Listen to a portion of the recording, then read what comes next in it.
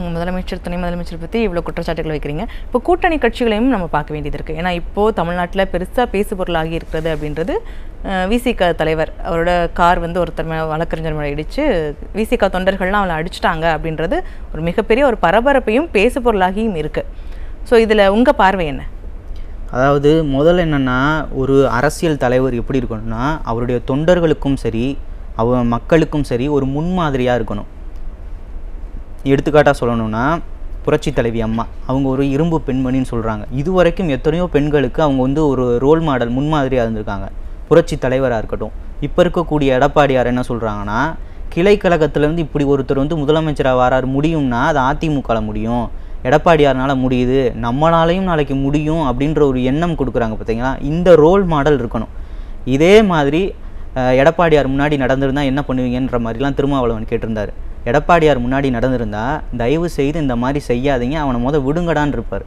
இது அவரோட கூட்டத்தில் ஆம்புலன்ஸ் வந்து பிளான் பண்ணி விட்டப்போ கூட ஆம்புலன்ஸ் எல்லாம் விட்டுரு, அடிக்காத, தேவையில்லாத வேலை பார்க்காத, இதெல்லாம் திமுக காரன் பண்ணுறான்னு எனக்கு தெரியும், தெரிஞ்சாலும் நீ ஒழுங்காரு, நீ என் தொண்டன், நான் உனக்கு தலைவன், நானும் அதிமுகவுக்கு தொண்டேன், அமைதியாரு, வழியை விட்டுரு, அவன் பண்ணால் பண்ணிட்டு போகிறான், நம்ம பண்ணக்கூடாது அப்படின்னு சொல்கிற தலைவர் எடப்பாடியார். இப்போ இதுதான் முன்மாதிரியான ஒரு விஷயம். நீங்கள் என்ன பண்ணுறீங்க, காருக்குள்ளே உட்காந்துருக்கீங்க.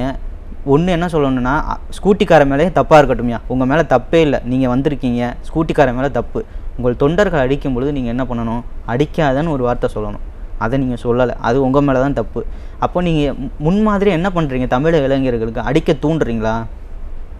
அடிக்க தூண்டு. அவர் என்ன விளக்கம் கொடுக்குறாரு, காருக்குள்ளே உட்காந்துருந்தேன், முன்னாடி நிறைய பேர் இருந்தாங்க, முன்னாடி என்ன நடக்குதுன்னு எனக்கு தெரியல, ஸோ அதனால் என்னால் இறங்கி வர முடியல அப்படின்ற ஒரு விளக்கத்தை கொடுக்குறாரு. அதுவும் இல்லாமல் முறைச்சு பார்த்துட்டே இருந்தாரு. காருக்குள்ளே என்ன நடக்குதுன்னு தெரியல, முறைச்சு பார்த்தாரு, எல்லாம் கரெக்டு. இவ்வளவு பாதுகாப்பு குறைபாடுகள் இருக்க காரணம் யார்?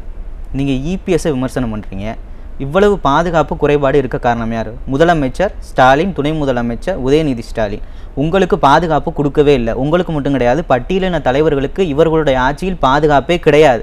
அந்த உயிர் பயத்தில் தான் அவர்களுடைய தொண்டர்களே அந்த ஸ்கூட்டிக்காரனை அடிச்சிருக்காங்க. எனக்கு இப்போ அப்படி தான் பார்க்குறேன். ஏன்னா ஒரு மாநில தலைவர் ஆம்ஸ்ட்ராங், பகுஜன் சமாஜ் கட்சி, அவர் வெட்டி படுகொலை செய்யப்பட்டார். யாரோட ஆட்சியில்? இதே திமுக ஆட்சியில் தான் வெட்டி படுகொலை செய்யப்பட்டார். உயிருக்கு உத்தரவாதம் கிடையாது, பாதுகாப்பு கிடையாது, அவர் சாதாரண மனிதர் கிடையாது, ஒரு கட்சியினுடைய மாநில தலைவர். வெட்டி அந்த ஒரு பயம் திருமாவளவனுக்கு இருக்கு. அதனால தான் அவருடைய தொண்டர்கள் தமிழ்நாடு முழுக்க Z+ பாதுகாப்பு கொடுக்கணும் திருமாவளவனுக்குன்னு போராட்டம் பண்ணுறாங்க. நீங்கள் இப்போ சட்டம் ஒழுங்கு யாருக்கு? நீங்கள் கூட்டணியில் இருக்க கட்சி தான் ஆட்சி நடத்துது.